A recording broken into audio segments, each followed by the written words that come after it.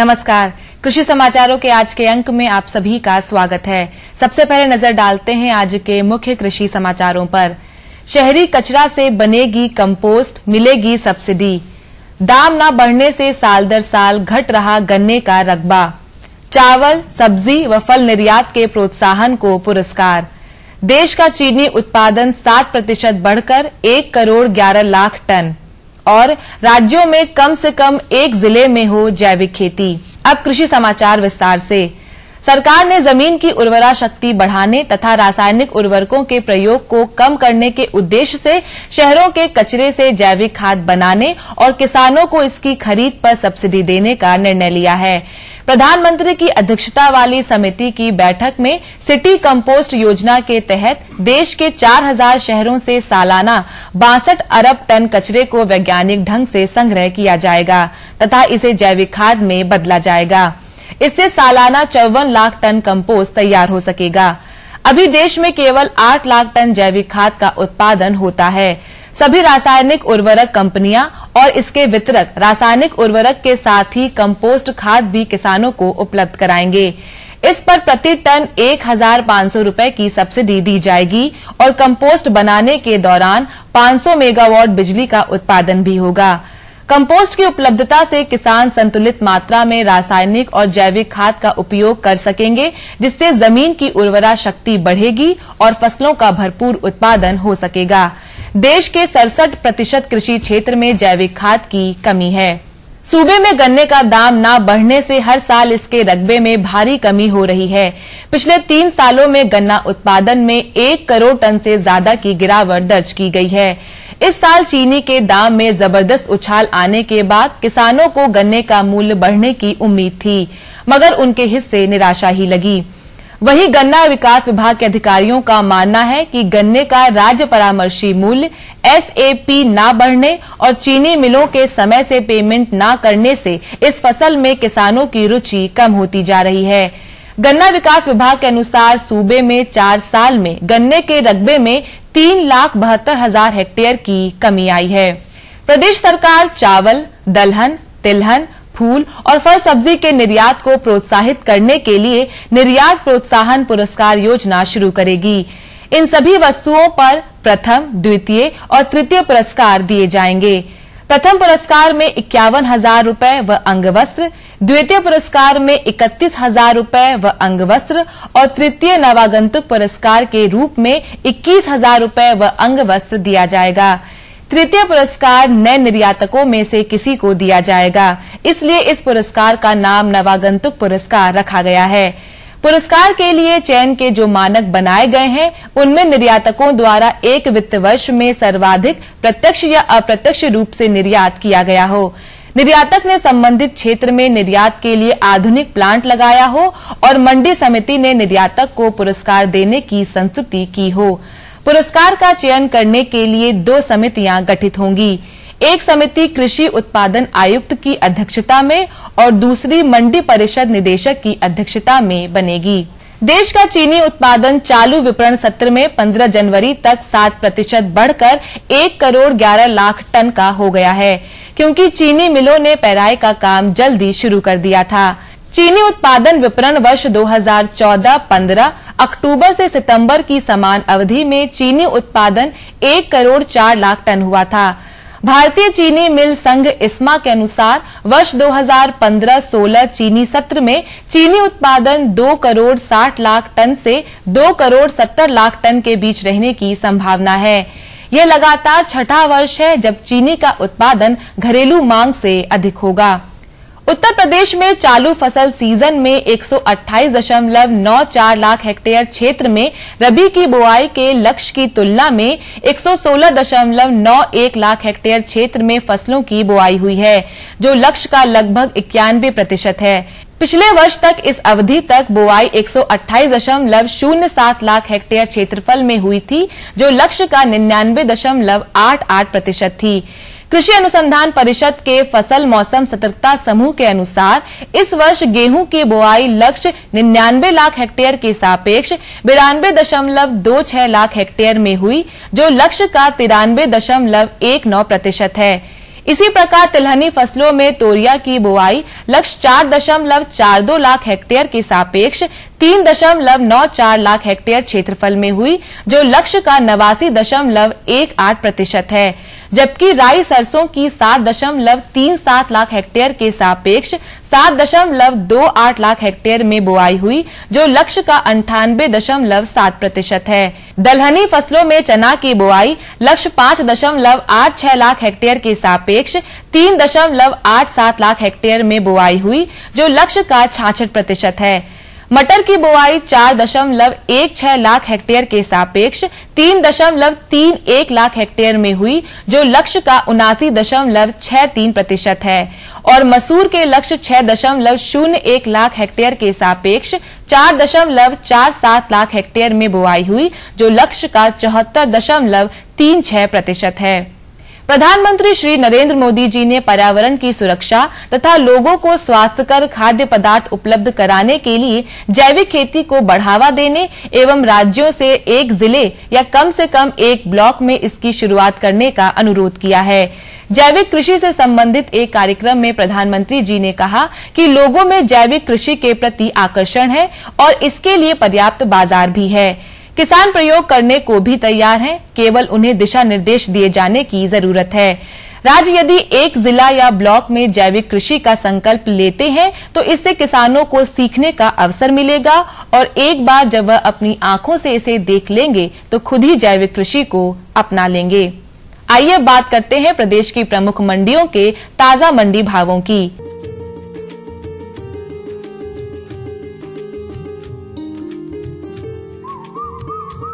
गेहूं मेरठ की मंडी में 1,650 रुपए, अलीगढ़ की मंडी में 1,560 रुपए, रायबरेली की मंडी में 1,530 रुपए और गाजियाबाद की मंडी में 1,580 रुपए प्रति क्विंटल रहा। चना मेरठ में 4,200 रुपए, अलीगढ़ में 5,350 रुपए, रायबरेली में 5,580 रुपए और गाजियाबाद में 5,230 रुपए प्रति क्विंटल रहा। चावल मेरठ में 2,850 रुपए, अलीगढ़ में 2,160 रुपए, रायबरेली में 2,020 रुपए और गाजियाबाद में 2,400 रुपए प्रति क्विंटल रहा। अरहर मेरठ में 8,800 रुपए, अलीगढ़ में 7,620 रुपए, रायबरेली में 8,500 रुपए और गाजियाबाद में 13,370 रुपए प्रति क्विंटल रहा। उड़द मेरठ में 9,550 रुपए, अलीगढ़ में 10,000 रुपए, रायबरेली में 8,660 रुपए और गाजियाबाद में 13,390 रुपए प्रति क्विंटल रहा।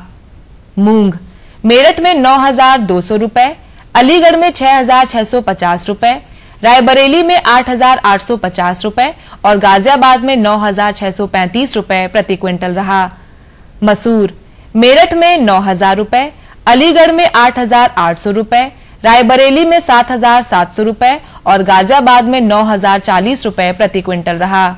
आलू मेरठ में 380 रुपए, अलीगढ़ में 410 रुपए, रायबरेली में 550 रुपए और गाजियाबाद में 540 रुपए प्रति क्विंटल रहा। प्याज मेरठ में 700 रुपए, अलीगढ़ में 1,230 रुपए, रायबरेली में 1,250 रुपए और गाजियाबाद में 1,170 रुपए प्रति क्विंटल रहा। लहसुन मेरठ में 4,800 रुपए, अलीगढ़ में 6,550 रुपए, रायबरेली में 6,600 रुपए और गाजियाबाद में 4,410 रुपए प्रति क्विंटल रहा। टमाटर मेरठ में 1,050 रुपए, अलीगढ़ में 1,250 रुपए, रायबरेली में 1,250 रुपए और गाजियाबाद में 1,140 रुपए प्रति क्विंटल रहा। अदरक मेरठ में 2,100 रुपए, अलीगढ़ में 2,880 रुपए, रायबरेली में 3,200 रुपए और गाजियाबाद में 2,550 रुपए प्रति क्विंटल रहा। बैंगन मेरठ में 430 रुपए, अलीगढ़ में 530 रुपए, रायबरेली में 600 रुपए और गाजियाबाद में 345 रुपए प्रति क्विंटल रहा।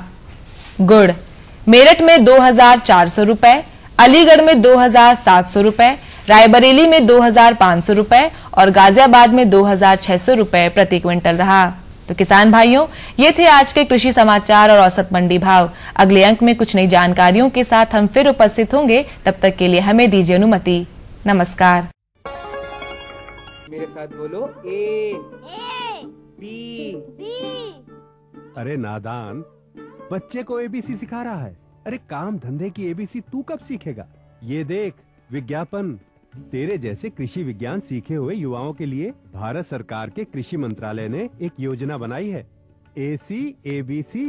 AC ABC? जी हाँ, ACABC यानी एग्री क्लिनिक्स और एग्री बिजनेस सेंटर। इसके तहत कृषि विज्ञान पढ़े युवाओं का चयन होने पर उन्हें मुफ्त ट्रेनिंग दी जाती है और हाँ, अपना कारोबार चलाने के लिए बैंक से लोन भी मिलता है।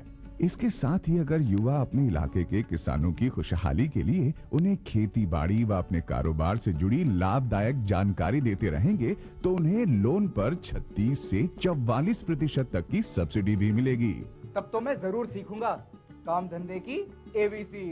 शाबाश, चलो अपनाएं स्वरोजगार, खेती में हो विकास अपार। खुशबू की फुहार में, स्वाद की बहार में, तरक्की की तानों में, खिलती मुस्कानों में, हरे भरे पौधों में, बड़े बड़े सौदों में, मधुर भिनभिनाहट में, खुशियों की आहट में, बागवानी मिशन,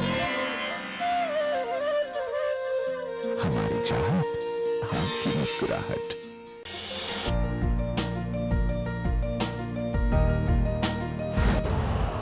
यूरिया का स्वदेशी उत्पादन 70 लाख टन बढ़ाने के लिए 6 उर्वरक संयंत्रों का उद्धार किया जा रहा है। FCIL के गोरखपुर, सिंदरी, तलचर और रामागुंडम संयंत्र, HFCL की बरौनी इकाई और BVFCL की नामरू फोर्थ। सोने पर सुहागा ये है कि देश में अब बनेगा सिर्फ नीम लेपित यूरिया, क्योंकि इससे होगा किसानों का फायदा ही फायदा। अनाज का उत्पादन 10% तक बढ़ेगा। बढ़ेगी 10 से 15% नाइट्रोजन क्षमता।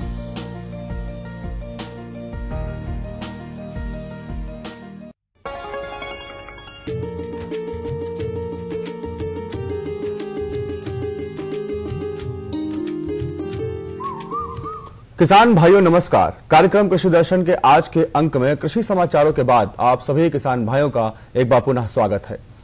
किसान भाइयों, आज के अंक में हम जानकारी प्राप्त करेंगे कि मधुमक्खी पालन आय का साधन कैसे हो सकता है। यानी जो परंपरागत खेती हम करते हैं उसके साथ साथ हम मधुमक्खी पालन करते हैं तो हम जो है एक साथ दो काम कर सकते हैं और साथ साथ जो है दो लाभ भी उठा सकते हैं। और मधुमक्खी पालन की शुरुआत कैसे करें, किन किन चीजों की हमें आवश्यकता पड़ती है और क्या जानकारी हम अपने पास रखें ताकि एक बेहतर उत्पादन, एक बेहतर मूल्य हम बाजार में प्राप्त कर सकें। आज के अंक में हम इसी विषय पर जानकारी प्राप्त करेंगे और इस विषय को विस्तार से बताने के लिए हमारे साथ मौजूद हैं नरेंद्र देव कृषि एवं प्रौद्योगिकी विश्वविद्यालय कुमारगंज फैजाबाद से सहायक प्राध्यापक डॉक्टर उमेश चंद्र जी। आइए उनका स्वागत करते हैं। डॉक्टर साहब का बहुत बहुत स्वागत है कार्यक्रम कृषि दर्शन में। धन्यवाद। मैं सबसे पहले जानना चाहूंगा, अगर हमारे किसान भाई जो है अगर मधुमक्खी पालन करना चाहते हैं तो सर्वप्रथम किन किन चीजों की उन्हें आवश्यकता है और उससे पहले क्या सही समय है? ऐसा समय होना चाहिए जिसमें कि उनको आसपास जहां हम रखें बॉक्सों को वहां पर ऐसे पुष्प उपलब्ध हों जिनसे उनको परागण और नेक्टर जो मधुरस होता है वो उपलब्ध हो पाए। तो इसके लिए अपने क्षेत्र में सबसे बढ़िया समय होता है अक्टूबर के बाद। अक्टूबर के मंथ में अगर हम उसको रखते हैं तो इसके बाद हमारे पास तोरिया और फिर सरसों और ऐसे भी कुछ हमारे जो फसलें हैं जिनसे वो पराग और पराग रस जो है वो ले आ सकती हैं, मधुरस ला करके इकट्ठा करके अपने को विकसित कर सकती हैं और अच्छा एक तो शहद वो उत्पादन करने के लिए अच्छा कार्य कर सकती हैं। तो सबसे सही समय होगा कि उनको अक्टूबर के मंथ में उनको अपना स्थापित करना चाहिए मधुमक्खी पालन के लिए। किन किन चीजों की आवश्यकता होती है प्रारंभिक दौर में? सबसे महत्वपूर्ण ये होता है कि जो भी मधुमक्खी पालन यदि करना है तो उनको कोई कहीं से एक प्रशिक्षण ले लेना चाहिए जिससे उनको फेल ना होना पड़े कि कभी होगी शुरुआत किया और बाद में हुआ कि हमारा नुकसान हो गया। बहुत सारे किसान ऐसे कहते हैं कि मैंने शुरू किया लेकिन मेरा नुकसान हो गया, मैं पूरा अपना लाभ नहीं ले पाया। तो उसके लिए सबसे पहले उनको प्रशिक्षण लेना चाहिए, चाहे विश्वविद्यालय हो या कोई ट्रेनिंग सेंटर है जहाँ से वो ले सकते हैं। प्रशिक्षण के बाद फिर आपको उनको जरूरत पड़ेगी बॉक्स की जरूरत पड़ेगी जिसको हम बी हाइव कहते हैं, मधुमक्खी का मौन गृह जिसको कहते हैं, उसकी आवश्यकता पड़ेगी। उसको लेने के लिए भी सरकारी भी केंद्र हैं और इसके अलावा जो भी प्राइवेट भी हैं जो बी कीपर्स हैं उनके माध्यम से भी ले सकते हैं।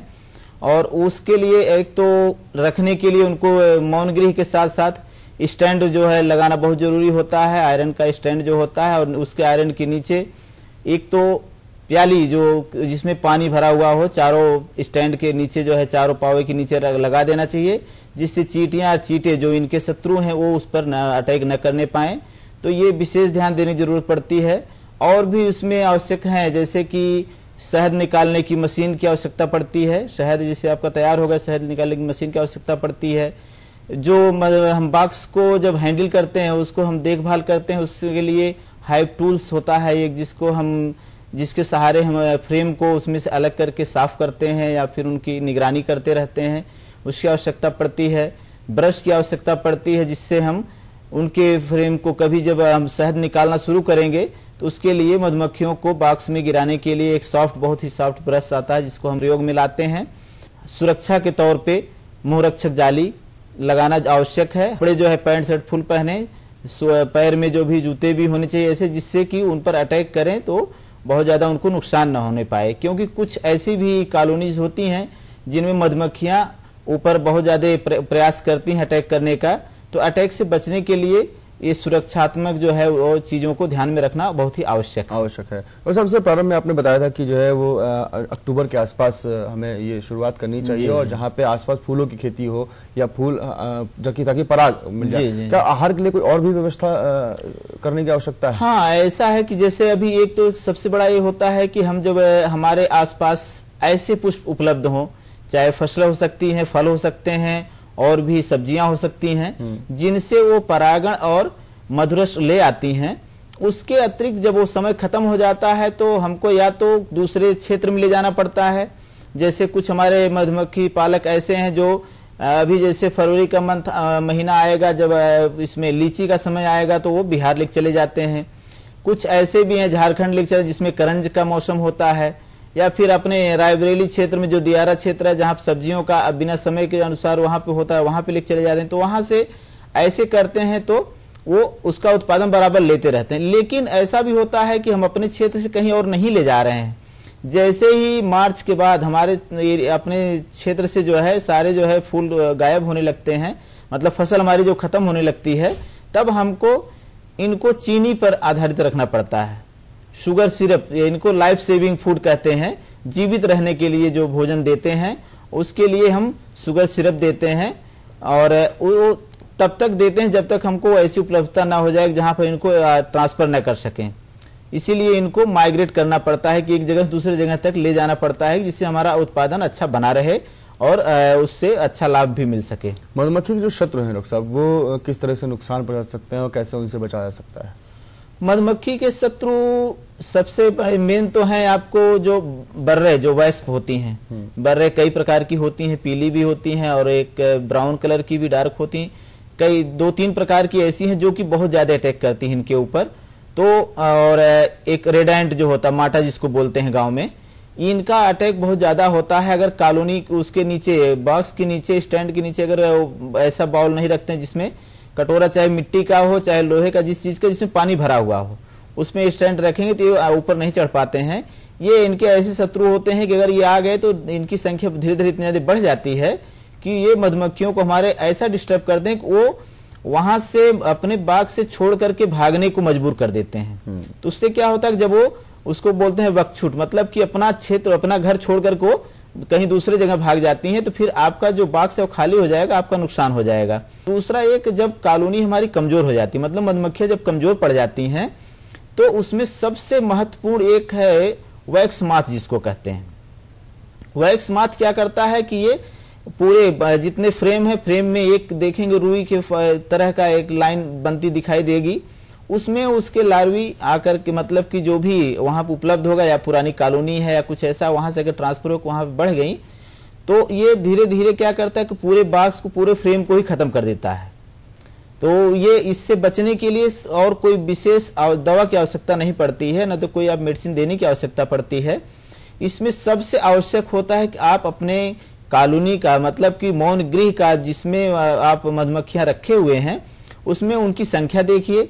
यदि हो सकता है कि आप 9 फ्रेम लगाए हुए हैं और उसमें मधुमक्खियों की संख्या इतनी है कि 2-3 फ्रेम में ही कवर कर पा रही हैं, तो बाकी जो फ्रेम है उनको बाहर निकाल दीजिए और उनको भोजन उपलब्ध कराते रहिए, चाहे चीनी के माध्यम से या फिर जो उपलब्धता हो आपके उस तरह से उपलब्ध कराते रहिए। तो इसमें सबसे बड़ा ये है कि अगर इनकी कॉलोनी जो इनकी मधुमक्खियां हैं, श्रमिक जो मधुमक्खियां जो इनका डिफेंस का काम करती हैं, सुरक्षा का काम करती हैं, वो अगर अच्छी रहेंगी, स्वस्थ रहेंगी, हेल्दी रहेंगी तो वो उस रोग मतलब कि उस कीड़े को अंदर आने नहीं देती, वैक्स माथ को उसमें प्रवेश नहीं करने, मतलब उनका अटैक जो है बढ़ने नहीं देंगी, खत्म कर देंगी। और सब जैसे कि हम जानकारी इस बात पर प्राप्त कर रहे हैं कि आय का साधन कैसे हो सकता है हम सभी किसान, खासकर अगर खेती भी कर रहे हैं किसान भाई, तो किन किन चीजों में इस्तेमाल होता है और कैसे विक्रय कर सकते हैं बाहर? सबसे अच्छा ये आप देखिए कि आज अभी जो है आप कृषि हमारा बहुत ही महंगा हो गया है, चाहे आपको जुताई करना हो, खाद देना हो खेत में या बीज खरीदना हो, जो भी चीजें हैं जब तक हम उसके खेती के अलावा हट करके दूसरे कार्य नहीं करेंगे तब तक हमारा जो है लाभ नहीं हो सकता और हम सफल खेती भी नहीं कर सकते हैं, जिसके लिए हमको कई साधन है, बहुत सारे तरीके हैं, लेकिन उसमें से एक महत्वपूर्ण मधुमक्खी पालन भी है।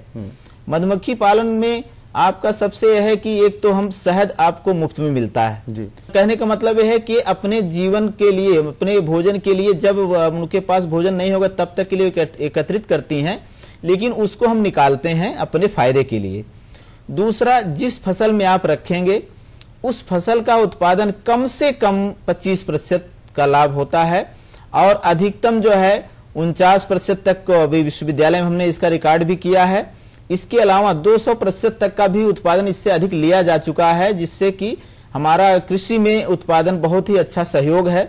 तो इसमें किसान भाई हमारे जो हैं अगर इसका मधुमक्खी पालन करते हैं तो सबसे पहले शुरुआत करें, अगर ये 50 बक्से से शुरुआत करते हैं तो 50 बक्से शुरू करने में उनको कम से कम 1.5-2 लाख रुपए शुरू में लगेगा, लेकिन उसको 1.5-2 लाख रुपए लगने के बाद इनको आगे फिर बहुत ज्यादा उसमें पैसा लगाने की आवश्यकता नहीं पड़ेगी और उसी से वो अपने को बढ़ाते रहेंगे और बढ़ाते बढ़ाते इतनी ज्यादा संख्या कर लेंगे कि उनका जो लागत लगी थी ये भी प्रथम वर्ष में ही निकल जाएगा। जैसे अब शहद एक लाभ हो गया, साथ साथ जो उसमें मोम निकलता है, वैक्स जो निकलता है वो एक, हाँ इसमें कुछ और भी है, जैसे कि शहद तो हो गया, शहद के अलावा हम इनका जो है वैक्स भी इनका बेच सकते हैं उससे निकाल करके। और दूसरा जो है कि सबसे महत्वपूर्ण है जो कि हमारा औषधि प्रयोग में आता है, पराग जो इनका है, पराग बहुत महंगा भी बिकता है मार्केट में।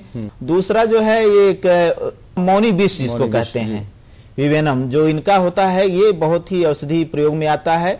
ये पराग और मौनी विष ये बहुत अच्छे मतलब पैसे देते हैं, जिनसे ये किसान अपना शहद के अतिरिक्त इन सब चीजों को और साथ में करके अच्छा उत्पादन ले सकता है। रॉयल जेली का उत्पादन कर सकता है, ये भी और महंगा जाता है इसको जो है, जिससे उनका, तो कहने का मतलब ये है कि यदि मधुमक्खी पालन करते हैं तो मधुमक्खी पालन शुरू करने के बाद उनका कभी भी नुकसान नहीं होने वाला है, फायदा ही फायदा होना है। यदि अपने को उद्योग के रूप में लाना चाहें तो शहद से हट करके थोड़ा सा उनको अलग चीजों को भी प्रशिक्षण के माध्यम से, जैसे मौनी बीस, मौनी गोंद और इसमें जो है पराग, बहुत सारी ऐसे उत्पाद हैं जिनको ये प्रयोग हम उत्पादन करके इसको हम अच्छे भाव से इसको मार्केट में बेच सकते हैं और कुछ कंपनियों से संपर्क करके उनको भी वो, हाँ शहद के लिए कभी कभी छोटे किसान हमारे होते हैं, सोचते हैं कि हमारा शहद नहीं बिक रहा है, ऐसे ही बिक रहा है, तो उसमें क्या होता है कि ग्रुप बना ले, इनका मात्रा बढ़ जाएगी, मात्रा बढ़ने के बाद फिर क्या होगा कि ये अच्छे बड़े कंपनी वाले इनसे आप खरीद भी लेंगे, अच्छे रेट में खरीद लेते हैं। तो डॉक्टर साहब, जैसे कि आपने बताया कि मधुमक्खी पालन का उचित समय क्या है और कैसे हम किन किन साधनों को जुटाकर हम पालन शुरू कर सकते हैं और कैसे एक बेहतर लाभ हम बाजार में प्राप्त कर सकते हैं, इन सभी जानकारियों के लिए आपका बहुत बहुत धन्यवाद। धन्यवाद।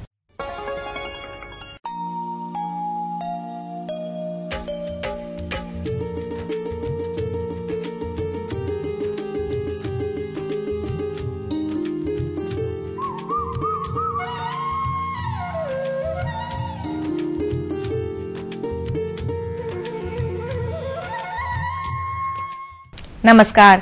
खेती की जानकारी के बाद प्रस्तुत हैं मौसम समाचार। पिछले दिनों प्रदेश का अधिकतम तापमान 15 से 20 डिग्री सेल्सियस तथा न्यूनतम तापमान 4 से 6 डिग्री सेल्सियस के बीच दर्ज किया गया। इसी बीच प्रदेश के लगभग सभी क्षेत्रों में ठंडी हवाएं चलती रहीं।